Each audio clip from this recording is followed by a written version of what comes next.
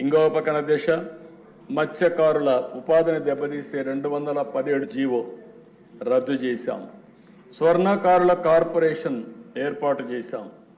గీత కార్మికులకు first time చరిత్రలో 10% మద్యం షాపులు రిజర్వ్ చేసిన పార్టీ తెలుగుదేశం పార్టీ ఎన్డీఏ అని చెప్పి కూడా మీకు తెలియజేస్తున్నాను.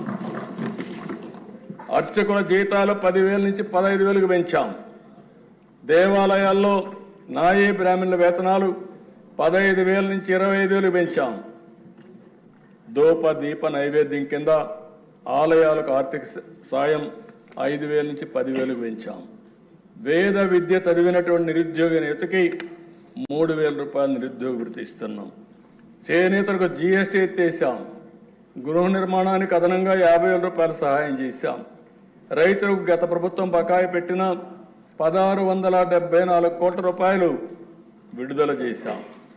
4,500 కోట్లతో గ్రామాల్లో మళ్లీ వెలుగులు తేవడానికి 30,000 పనులకు శ్రీకారం చుట్టాం. మళ్లీ రైతులకు సబ్సిడీతో డ్రిప్ పరికరాలు ఇస్తున్నాం. పాడి రైతులకు 90% రాయితీతో షెడ్లు కట్టిస్తున్నాం. రాజధాని రైతులు కౌలు రైతులకి 400 కోట్ల రూపాయలు బకాయిలు చెల్లిస్తున్నాం.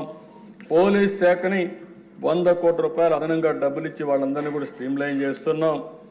కొప్పర్తి, ఓర్వకల్, కృష్ణపట్నం, నక్కపల్లి 4 ఇండస్ట్రియల్ కారిడార్స్ వస్తున్నాయి.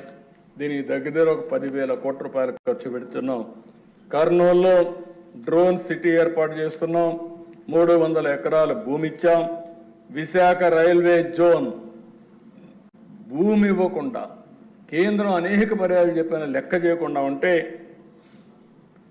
మడసర్లో 52 ఎకరాల భూమి ఇచ్చి తొందరలోనే ఫౌండేషన్ వేసి లాంగ్ పెండింగ్ సమస్యకి పరిష్కార మార్గం చూపించామని చెప్పి కూడా నేను మీకు తెలియజేస్తున్నా.